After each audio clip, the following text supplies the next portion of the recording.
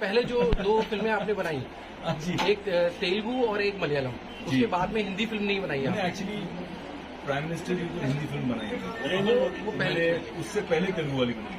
थोड़ी रिसर्च में गड़बड़ है, ऊपर नीचे है, कोई बात नहीं। अब कब आई? आजकल हम OTT कर रहे हैं काफी, तो अभी इनसाइड एज 1, 2 और 3 आई, फिर अभी हाल ही में मैंने रोहित शेट्टी के साथ शूटिंग की है शुरू। रोहित शेट्टी की जो वेब डेब्यू है अमेजॉन के साथ में, इंडियन पुलिस फोर्स, उसमें मैं, शिल्पा शेट्टी और सिद्धार्थ मल्होत्रा हैं। और उसके आगे फिर मैं शूटिंग शुरू कर रहा हूँ प्रदीप सरकार के साथ, जिन्होंने परिणीता बनाई थी, जिन्होंने मर्दानी बनाई थी रानी के साथ। बहुत अच्छे फिल्म मेकर हैं, उनके साथ फिल्म शुरू कर रहा हूँ मैं। 2-3 चीजें और भी लाइन अप हैं, उसके बाद सारेगामा के साथ कुछ कर रहा हूँ। बढ़िया सर। विवेक जी हम आएंगे, हम फिल्म शो कर जिस काम के लिए हम आए हैं उसके बात कर लें। सर मैं वही कहना चाहता था कि हम I-30 पे ही आएंगे। जी लगा नहीं था कि इतनी जल्दी हम 100 सेंटर पहुंच जाएंगे। हालांकि बीच में कोविड भी आया, उसमें अलग फाइट रही किस तरह से एक फिजिटल सेंटर को, क्योंकि फिजिकल का अलग प्रॉब्लम होता है, डिजिटल का अलग प्रॉब्लम होता है। हम तो फिजिटल है, यानी कि फिजिकल और डिजिटल वर्ल्ड को आपने मिला दिया, तो हमारे लिए वो काफी बड़ा चैलेंज रहा। लेकिन कर्नल साहब ने बहुत बढ़िया काम किया, बिल्कुल जैसे वो आर्मी में अपना काम करते थे वैसे यहाँ पे भी चलाया, पूरी टीम को ठीक से संचालन किया और बहुत सक्सेस मिला। आई थिंक पेरेंट्स और बच्चों की तरफ से बहुत हमें पुश मिला है, बहुत अप्रिसिएशन मिला है, क्योंकि पेरेंट्स को जो टीचिंग मॉडल है, जो हाई क्वालिटी ऑफ टीचर्स हैं, इतनी अच्छी फैकल्टी, हालांकि आप B टाउन C टाउन में हो, छोटे शहर में हो, छोटे कस्बे में हो, तो भी आप अव्वल दर्जे की क्वालिटी की एजुकेशन आप ले पा रहे हो। इस बात से पेरेंट्स बहुत खुश थे, बच्चे बहुत खुश हैं। प्राइसिंग में भी हमने बहुत इसको किफायती रखा हुआ है। हमारी माइंडसेट सिर्फ प्रॉफिट की नहीं है, ये हम सोशल इम्पैक्ट के लिए कर रहे हैं। कर्नल साहब भी सारी जिंदगी उन्होंने देश के लिए ही समर्पित किया हुआ है, और मैं भी सामाजिक कार्य में काफी पिछले 20 साल से नाम कमाया, मैंने इज्जत कमाई है इसमें। तो हमने सोचा कि इसको ज्यादा कमर्शियल रखने के बजाय प्राइसिंग कम करके बच्चों की अफोर्डेबिलिटी बढ़ा के और लोगों को चांस मिले। इसमें इंटरेस्ट फ्री फाइनेंसिंग की भी स्कीम की है, किश्तों में भी लोग बच्चे दे रहे हैं। जो गरीब तबके के होते हैं, जो बिना कोई इंटरेस्ट के, उनको किसी बैंक के पास लोन लेने की जरूरत नहीं पड़ती है, तो हम वो वर्कआउट करा देते हैं उनके लिए। ऐसी बहुत सारी चीजें हैं जिससे बच्चों को और उनके माता पिता को सहूलियतें मिले। क्या होता है, एक बच्चा एक गांव से अगर IITian बन जाता है या डॉक्टर बन जाता है, तो पूरे गांव का उद्धार हो जाता है। तो हमारी कोशिश ये है कि 100 सेंटर हैं, ईश्वर ने चाहा तो बहुत जल्द देखते देखते 1000 सेंटर होंगे हिंदुस्तान में। सर I-30 को 100 सेंटर होने में कितना टाइम लगा? कितना टाइम लग गया हमको करना सर? करीब 2 साल। मैं ये बोलने में खुशी होता है कि कुछ ब्रांड्स है जो 150 सेंटर है, 200 सेंटर है, ज़्यादा से ज़्यादा 240 सेंटर, बट लेकिन उनको वहाँ पहुँचने में 20-25 साल। वही ब्रांड नहीं है इंडिया में जो 2 साल में 100 सेंटर। अच्छा सर, और हम 16 स्टेट में सबसे, क्योंकि कुछ ब्रांड जो हैं उनके ज्यादा सेंटर हैं, 200 सेंटर हैं, लेकिन वो 4 या 5 स्टेट में सीमित हैं, उन्होंने वहीं ग्रोथ की है। तो हमारा पैन इंडिया का हमेशा से थॉट प्रोसेस रहा, और उसी की वजह से हम ऑलरेडी 16 स्टेट में हैं। सर एक सवाल है मेरा, जो जैसा कि आपने प्राइसिंग की बात करी है, अफोर्डेबल, कुछ ऐसे तबके के भी लोग हैं जिनमें अच्छी पोटेंशियल है, बच्चे पढ़ सकते हैं, मगर उनको वो प्लेटफॉर्म नहीं मिलता पैसे के अभाव में या किसी अन्य कारण से, तो वहाँ किस तरीके से उन लोगों की मदद? पिछले साल हमने बहुत बड़ी स्कॉलरशिप अनाउंस की। स्कॉलरशिप अनाउंस किए थे, इनफैक्ट विवेक जी कोलकाता में एक इवेंट में अनाउंस किए थे। काफी बच्चों को जो अफोर्ड नहीं कर सकते थे, हमने मदद की। तो इस साल भी इसी तरीके से इनफैक्ट और बड़ा अमाउंट में काफी लर्निंग सेंटर भी बढ़ेगा और बच्चों को मौका। पिछले साल 16 करोड़ रुपए की जो राशि थी वो गरीब बच्चों के लिए जो अफोर्ड नहीं कर पाते हैं उनको स्कॉलरशिप देने के लिए, उनकी आर्थिक मदद करने के लिए हमने हमारे सेंटर्स के माध्यम से किया। और इस साल कर्नल साहब का कहना है कि हम उसको कंफर्टेबली पार कर जाएंगे उस आंकड़े को, 20 करोड़ के ऊपर ही होगी हमारे इस साल की स्कॉलरशिप। अच्छा सर, ये I30 का आइडिया कहाँ से आया कि शुरू करना चाहिए हमें I30? I30 तो कर्नल साहब का आइडिया था। कर्नल साहब का आइडिया इससे था कि अभी तो आप देखते हैं भाई कर्नल हैं, कंपनी बना रहे हैं, चला रहे हैं, CEO MD, लेकिन थे ये गांव के छोटे से बच्चे जो चौथी कक्षा के आगे उनके एजुकेशन का कोई स्कोप नहीं था, क्योंकि उसके आगे स्कूल नहीं था उनके गांव में। केवल एक टीचर, एक भला इंसान जिसने कहा कि नहीं, इस बच्चे में स्पार्क है, इस बच्चे में कुछ जज्बा है पढ़ने के लिए।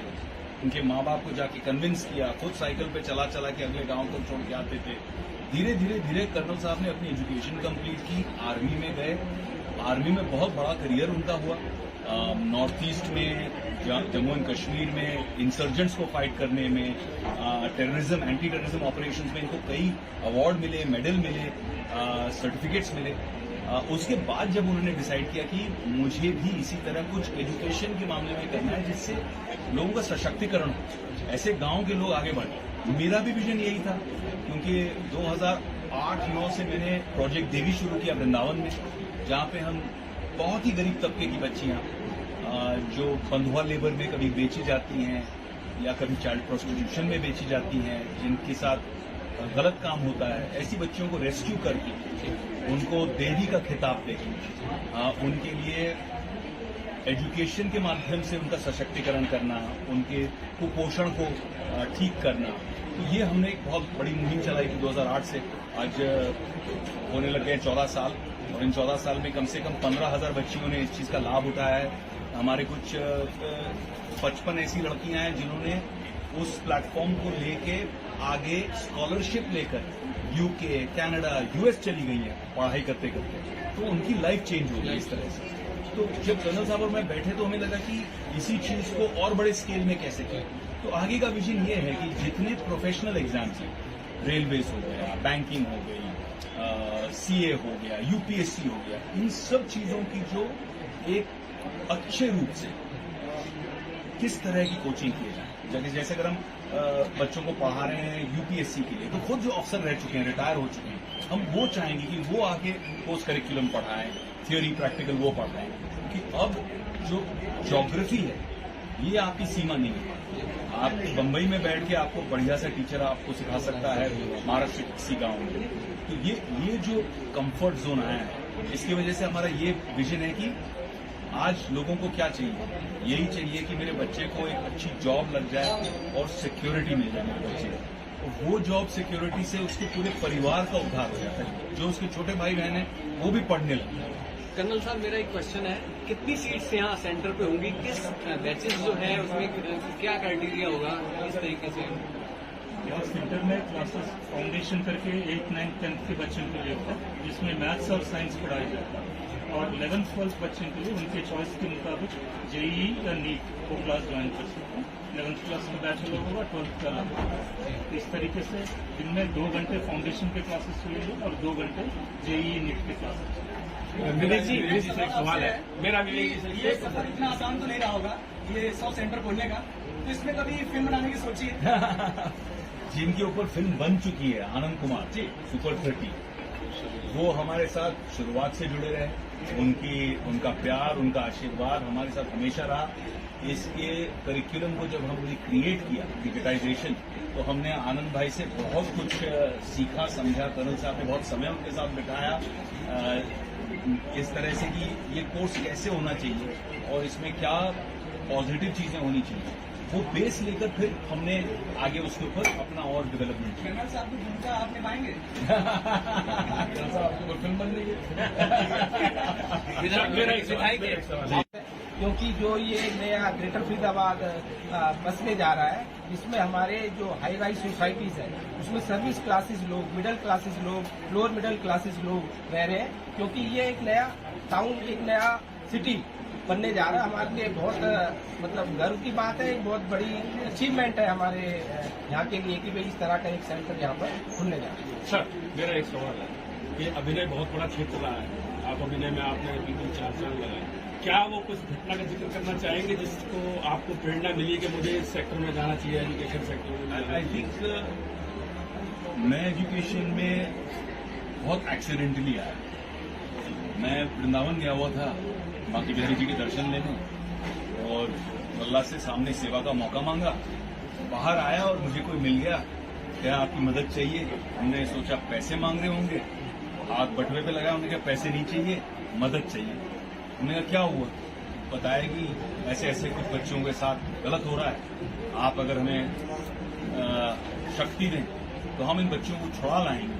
तो हम खुद भी गए अपने आंखों से देखने कि क्या हाल है, इस दुर्व्यवस्था में बच्चियां थी उस समय। फिर हम गए, बच्चियों को छुड़वाया, प्रशासन के साथ काम किया, छुड़वा तो लिए। पहले 16-17 बच्चियां थी, कुछ बच्चियों को अपने माँ बाप के पास वापस भिजवा दिया, कुछ बच्चों के माँ बाप गार्डियन कहाँ हैं उनको खुद पता नहीं था, कोई होश नहीं था, बहुत छोटी थी। तो हमने कहा इनका क्या करें? तो हमने सोचा कि चलो इनके लिए एक रहने की जगह स्थापित करते हैं, इनको खाना पीना पालन पोषण इनका तो देखें। अब वो 16-17 बच्चियों के साथ शुरुआत हुई। वहां हमने सोचा कि इनकी कोई एजुकेशन भी इनको देना जरूरी है, ऐसे थोड़ी रह सकते हैं ये। वहां से शुरू होते होते होते स्कूल बना, फिर दूसरा बना, फिर तीसरा बना, और ये चलता रहा। ईश्वर ने चाहा तो चौथा स्कूल भी बन जाएगा प्रोजेक्ट देवी के तहत। वो प्रेरणा थी, बट उस चीज को स्केल करना बहुत मुश्किल है। कर्नल साहब के साथ मैंने कहा कि इस तरह से स्केल करते हैं जिससे कि एक बच्चे की भी गांव में, एक भी एकदम फाइनेंशियली जो कम तबके के लोग हैं, उनके यहाँ एक बच्चे की भी अच्छी सर्विस लग जाए तो पूरे परिवार का, पूरे गांव का उद्धार हो जाए। सर, विहान बड़ा हो और वो कहे मुझे डॉक्टर बनना है तो क्या कहो? विवान सर, अभी यहाँ विवान बड़ा हो तो क्या कहेंगे आप उसको डॉक्टर बनना कहा जाए? मुझे लगता है कि बच्चों को सपने देखने की पूरी छूट होनी चाहिए, और बतौर माता पिता हमें, हमारा सक्सेस मुझे ऐसा लगता है कि बच्चों को जब हम अच्छे संस्कार दे पाएं, अच्छे वैल्यू, कि भाई एक गुड ह्यूमन बीइंग क्या होता है, अच्छा इंसान क्या होता है, एक देश का अच्छा नागरिक क्या होता है, हमने अगर उसे वो दे दिया तो ये बहुत बड़ी पूंजी रही। और दूसरी चीज, अगर हमने उसके सपनों को पाने के लिए उसे प्यार, हौसला और बाकी जो भी हम दे पाए, शिक्षा ऐसी चीज है, एक बार सीख ली तो उसके बाद वो आपसे कोई नहीं ले सकता। आज आप जर्नलिस्ट हैं, आज आप, कोई आपसे कुछ भी कर ले, आपकी संपत्ति ले ले, आपका जर्नलिज्म नहीं खींच सकता। ये बहुत बड़ी बात है। ये जिसने भी आपके लिए किया, चाहे आपने खुद अपने से किया हो या माँ बाप ने आपकी इसमें आपकी सपोर्ट की, आपकी मदद की, वो मुझे लगता है आपके जीवन का सबसे बड़ा कॉन्ट्रीब्यूशन है।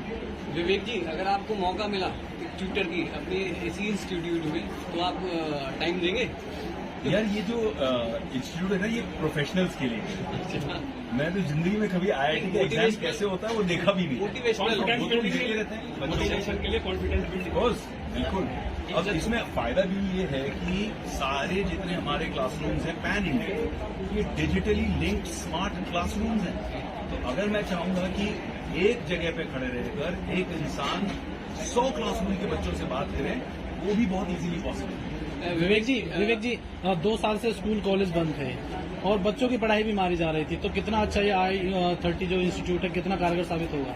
मुझे लगता है कि बहुत सक्सेसफुल होगा। ऑलरेडी लॉकडाउन के दौरान भी हमने हार नहीं मानी, हमने डिजिटल को डिजिटल कर दिया। हमने कहा कि ये बच्चे जो हमारे साथ जुड़े हैं उनकी शिक्षा हम नहीं रुकने देंगे, तो जैसे तैसे करके हमने वो कंटिन्यू किया 1-on-1।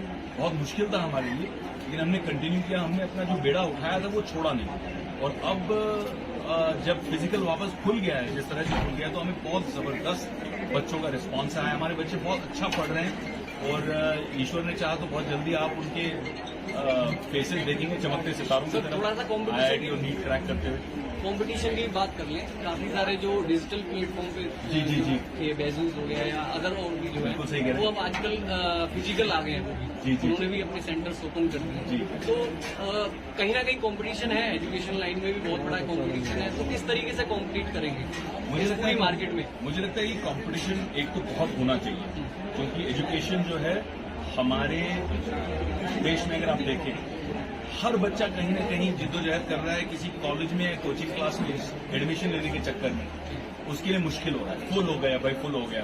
बच्चे ज्यादा हैं, एजुकेशन की फैसिलिटीज अभी कम है। मेरी खुद एक यूनिवर्सिटी चलती है गुजरात में।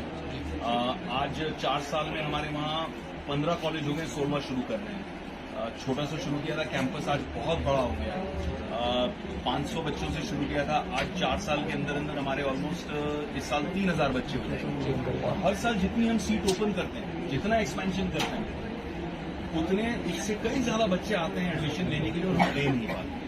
तो कंपटीशन होना चाहिए, अच्छी बात है, सबसे पहली बात। दूसरी बात जो आप पूछ रहे थे, हम कम्पीट कैसे करते हैं? हम कम्पीट करने के बजाय हमारा फोकस सिर्फ बच्चे और उनके पेरेंट्स। तो हमने 2-3 चीजें की। एक, quality of education, high quality teachers.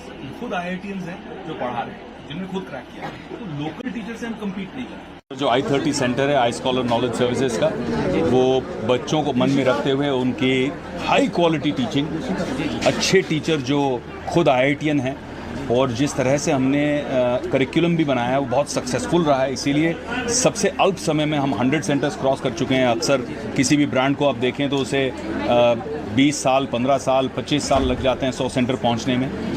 हम इतनी जल्दी पहुंच पाए हैं क्योंकि जिस तरह की क्वालिटी ऑफ टीचिंग और टेक्नोलॉजी हमने इस्तेमाल की है, उससे बच्चों का बहुत लाभ हो रहा है। और पेरेंट्स का लाभ इसीलिए हो रहा है क्योंकि हमने जो प्राइसिंग रखी है, वो प्राइसिंग पेरेंट्स के बजट के लिए बहुत ज़्यादा किफ़ायती और बहुत फ्रेंडली है।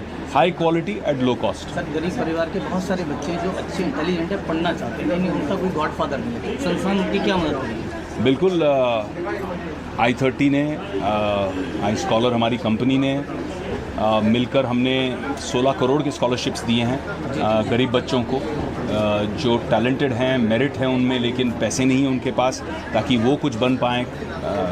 उनकी काबिलियत आगे उनको बढ़ावा, एक प्लेटफॉर्म दिया जाए। और ऊपर वाले ने चाहा तो इस साल हमारा टारगेट है कि 20 करोड़ रुपए से ज़्यादा की हम स्कॉलरशिप बच्चों को देंगे। अच्छा सर, कितने संस्थान खुल चुके हैं? फायदा मिलेगा? वो रिजर्वेशन कैटेगरी सरकार की तरफ से वो नीट में भी और JEE में भी अच्छे खासा रिजर्वेशन है, तो उनको भी लेकिन एग्ज़ाम क्लियर करना पड़ता है। तो हम उनको मदद करते हैं कि एग्ज़ाम आसानी से क्लियर करें, और सिर्फ वो जब सिलेक्शन होगा इतना ही ना हो कि रिजर्वेशन पे कम हो गया, क्योंकि वहाँ जाके फाइनल तो बराबर पढ़ाई करना पड़ता है। तो उनका भी ज़रूरी है कि एजुकेशन स्टैंडर्ड अभी से अच्छा रहे। तो हम उनको खास बेनिफिट देते हैं और कोचिंग देते हैं। और कई बच्चे रूरल एरिया से होते हैं, वो पढ़ाई में अच्छे हैं, मेहनत भी करते हैं, लेकिन कभी वो इंग्लिश मीडियम स्कूल में नहीं पढ़े, तो उसके चलते IIT में या मेडिकल कॉलेज में जाके वहाँ थोड़ा उनको तकलीफ होती है कि टीचर जो बोल रहा है वो समझ में नहीं आया। तो दूसरे बच्चे जो शहर में पढ़ के आए वो अच्छा इंग्लिश बोल रहे हैं, थोड़ा कॉन्फ्लिक्ट हो जाता है। तो हम कोशिश करते हैं कि एडमिशन के बाद भी हमारा सपोर्ट रहे हमारे बच्चों के साथ, ताकि उसको इंजीनियरिंग और मेडिकल कॉलेज बढ़िया से कंप्लीट कर सकें। अच्छा सर, कितने शिक्षण संस्थान अब तक खुल चुके हैं, क्या प्लानिंग है आगे की? 100, ये 100th है सेंटर, और ईश्वर ने चाहा तो हम बहुत जल्द 500 सेंटर क्रॉस करने का प्लान है हमारा पैन इंडिया। चलिए जाए।